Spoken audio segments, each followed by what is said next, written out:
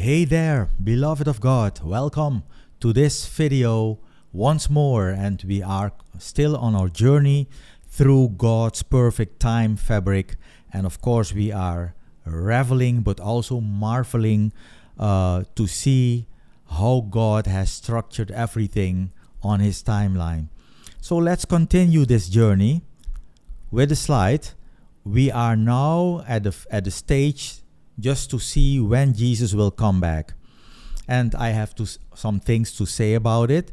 If you want to know more in depth about why he comes that moment, I will mention that, and then I will refer to another series. Okay, so let me see. So this was the passage I already went through with you in the last video. This was also the last slide. And we are now just cruising through the 2-day ratio or the 2-day principles. And that is 2,000 years. So that's a hint given in scripture in different ways, so as to say when Jesus will come back. And that is 2 days or about 2 days or about 2,000 years after what? After his ascension to the heavens. So the point is that we are going through some scriptural clues. We already went through this one, that the distance between the Ark of the Covenant and the people of Israel had to be about 2,000 cubits by measure, and not less than it. Do not come near to it. So it shouldn't be less than 2,000 cubits. And remember, the ark went through the river Jordan first, and the river Jordan is a sign or a symbol of death. And in the same way, the people of Israel have to go to death through death also. How? Because most of them, especially the chosen ones, they will pay with their lives in the end times. They will pay for their faith with their lives. So, and they will go through the river Jordan of death, and that's how they will follow their Messiah, so to speak, because the Ark of the Covenant is a representation of Jesus Christ, the Messiah. Okay, and also I showed you a very hidden hint, and that is, for you have not passed by this way yesterday, that's 1 day ago, nor the day before, that's 2 days ago. So 2 days in total, yesterday and the day before. 2 days. Again, a little hint deeper underneath the surface. We continue with the hints. That's the one after 2 days, or on the third day, that's Hosea 6 verse 2. He shall make us alive, us is Israel, after 2 days. On the third day, he shall raise us up, that we may live before him. It's clear, right? Then he shall raise us up. When they pass the river Jordan of death, then they will be raised up. And that will happen, I personally believe, 1,335 days from the moment of the cessation of the sacrifices at half point of the 70th week. All right. Let's look at the parable of the Good Samaritan. We read in Luke 10 verse 35. And on the morrow, coming away, extracting 2 denarii, he gives them, so he is the Samaritan, the Good Samaritan. He gives the denarii, the 2 denarii, he gives them to the innkeeper, the innkeeper, and said to him, care for him. Him is the man who was half dead at the side of the road. Care for him, and anything, whatever you should be expending, at my coming back, I will be paying you. It's a very important thing. So remember that 1 denarius, that's the singular of denarii. 1 denarius is a daily wage in that time. That's why the 2 denarii, they clearly refer to 2 days. Another hint. Let's continue. Acts 1 verse 11 and 12. The distance between the Mount of Olives and Jerusalem. There the messengers, so Jesus was just ascended up into the heavens, and a cloud took him off from their sight. And there were suddenly 2 messengers who said to them, "Men, Galileans, why do you stand looking into heaven? This Jesus who is being taken up from you into heaven shall come thus in the manner in which you gaze at him going into heaven." What was the manner? They looked at him. He was rising, ascending, and all of a sudden a cloud hit him from their sight. Okay. So then, after this message from the messenger, the disciples, return into Jerusalem from the mount called Olivet, the Mount Olive, which is near Jerusalem. And then it says, a Sabbath's journey. And that's a hint, because a Sabbath's journey is also approximately 2,000 cubits. So it's another hint, because remember that they asked the question in Acts 1 verse 6. They asked the question to Jesus, "When will you restore the kingdom? Will it be in our days?" And Jesus said, "It's not your business to know." Remember, it's the business of the Father. So it's not your business. And he didn't answer, but Scripture gave a hint. 2,000 years later, from that moment onwards. Okay. A Sabbath journey is approximately 2,000 cubits. And the well-known one from 2 Peter 3 verse 8. Let's read. "Now of this one thing you are not to be oblivious, beloved, that one day is with the Lord as 1,000 years, and 1,000 years as one day." So look at the formulation. Twice a day is mentioned, but also twice a period of 1,000 years is mentioned.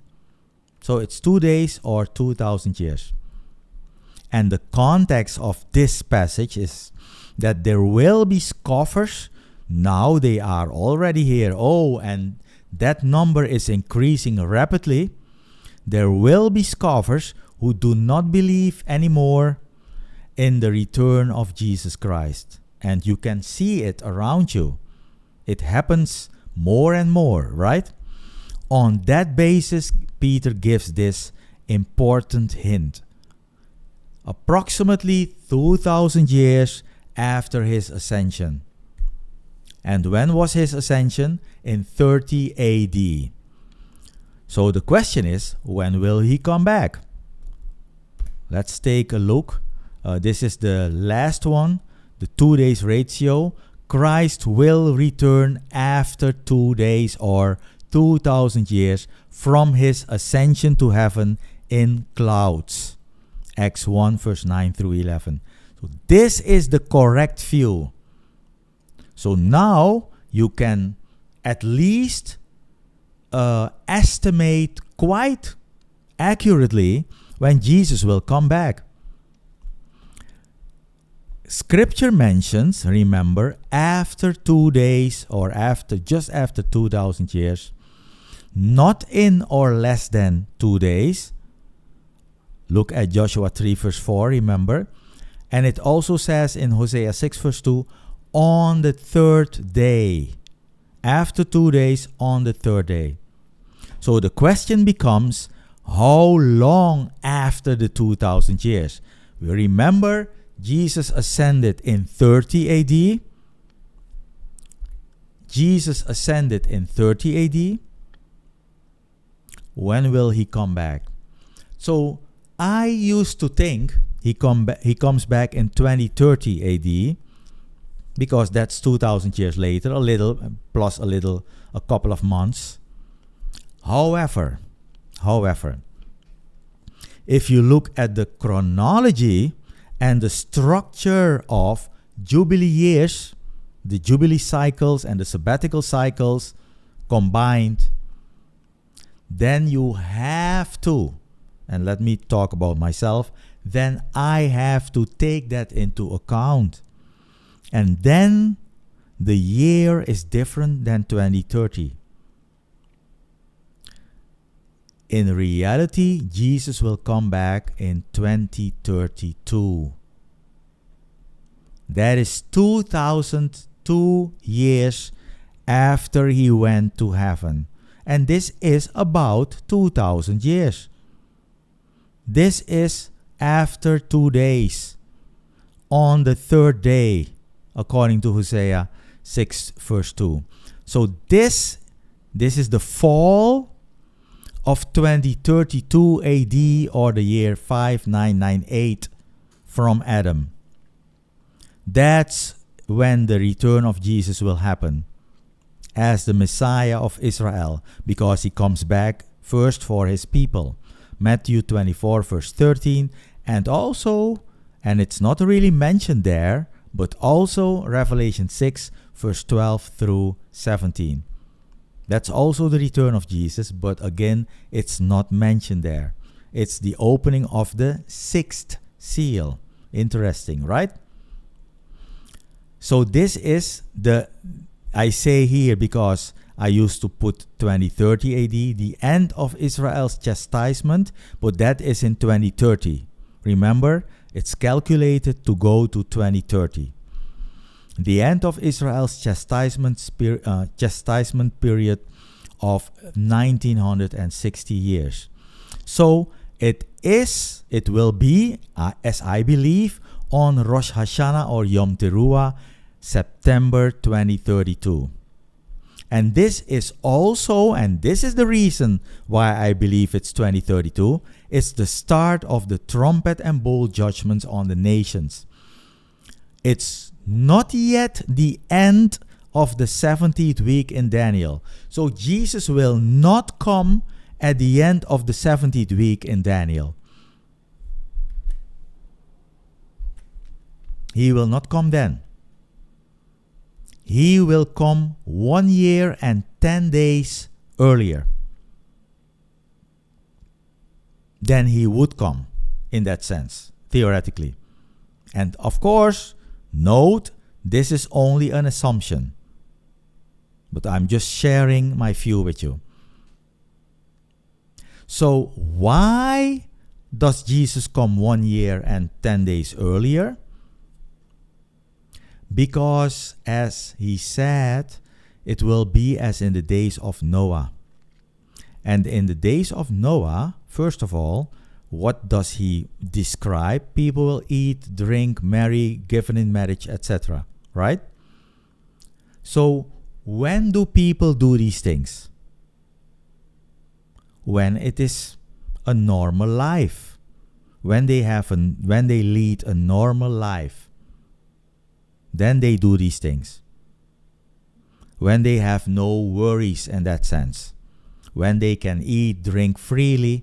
They can party freely. They can marry freely and they can give in marriage. That's the description of a normal life, right? Normal. If you want to know more about what really happened behind the scenes, please follow my series called When Will Jesus Return Exactly? It's not what you think. And there you see the reasons why Jesus will come back 1 year and 10 days earlier. But anyway, he will come 1 year and 10 days earlier because he also said, first he mentions the day of Noah. And why is it important? Because in the days of Noah, they were also eating, drinking, etc. and they didn't know that the judgment was on the verge of coming, the judgment of the flood. They didn't know. They didn't suspect at all. And all of a sudden, the judgment struck. And then they had to run for their lives. And they didn't stand a chance with the water. Well, in the end times, same thing will happen. The judgment will fall on the nations. And what judgment? The trumpet and bowl judgments, plural. It will fall on the nations. Why? Because the nations were the ones who afflicted Israel. They were the ones who misused Israel because of their faith, of course, and because of the fact that they haven't taken the mark of the beast. I'm talking about the chosen ones, the true believers of Israel. So they were afflicting Israel while partying. They were afflicting Israelites while eating and drinking and marrying, etc. But they were afflicting Israelites. That's what will happen in the end times, in the great tribulation, especially in the great affliction. So, while they are doing that and leading a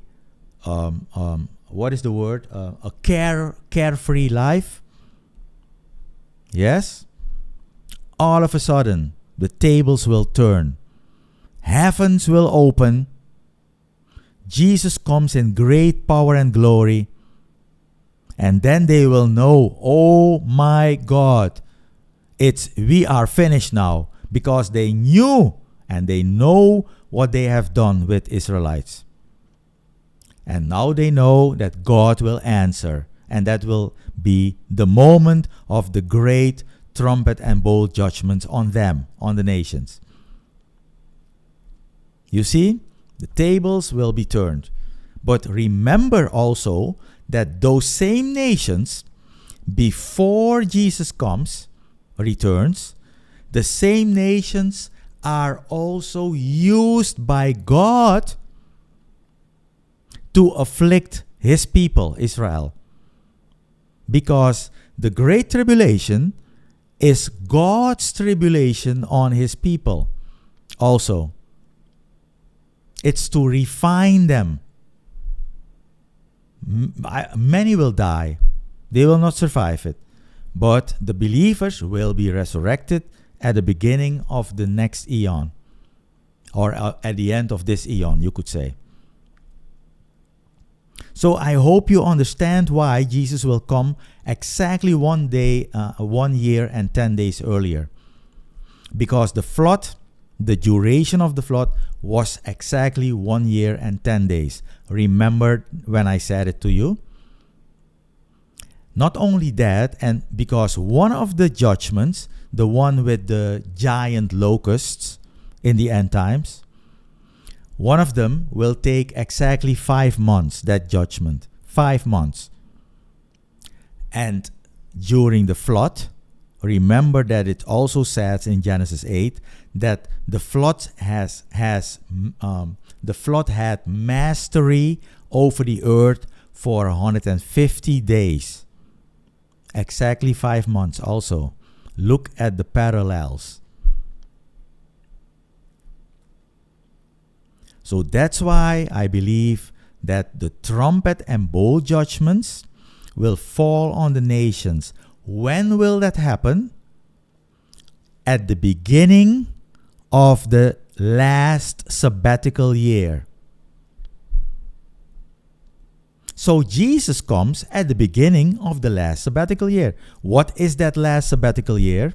That is the beginning of 5999. The sabbatical year is 5,999 from Adam. So the return of Christ is at the end of 5998, or maybe even better said, the beginning of 5999. Again, 5,999 is a sabbatical year, the last one. And it's also the last year of the 70th week. It's the last year or the 7th year. I will show you in a schedule later in this study. It will not take many videos anymore, but there you will see a schedule, an overview, and there you will see how it is constructed, because it's very important to understand. And why a sabbatical year? Because then Israel, from that moment on, Israel will have peace and quiet and conquering in the sabbatical year. They will have their time of rest with their Messiah in that sabbatical year. So the Sabbath, as you know, is for Israel, right? As the leader of the nations. So that's why they will have peace with their Messiah already, and their Messiah will march through the wilderness onto Jerusalem, up to Jerusalem. And his people will march after him, behind him. So it will be great, a great liberation march. Okay. So I will end it here. And we will continue in the next video. And then from then on, we will go to the end of the study. And then we will do a quick summary. So thank you very much for watching, and see you in the next one. Bye-bye.